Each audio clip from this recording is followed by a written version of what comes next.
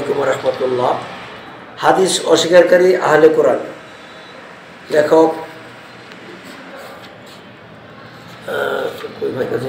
আকরাম বিন শাহাবুদ্দিন বিয়া বালুশাহী।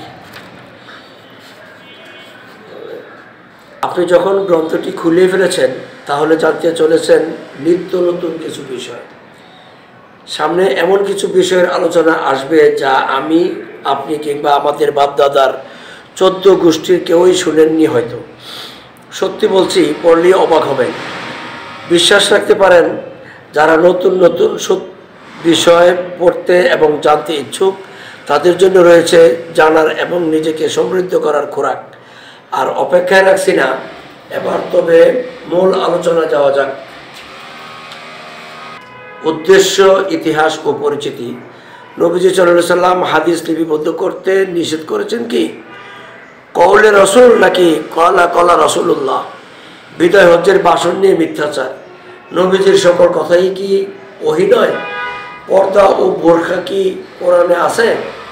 আয়েশা রাদিয়াল্লাহু তাআলাকে নিয়ে আপত্তিকর প্রশ্ন। খাদিজা রাদিয়াল্লাহু তাআলাকে নিয়ে কুরুচিপূর্ণ মন্তব্য। পাওয়া যাবে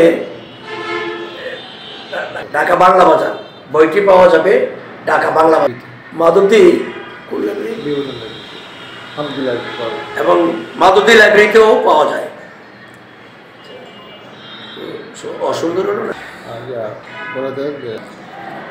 ভিডিওটি শেয়ার করে দেওয়ার জন্য অনুরোধ জানাচ্ছি সকলকে।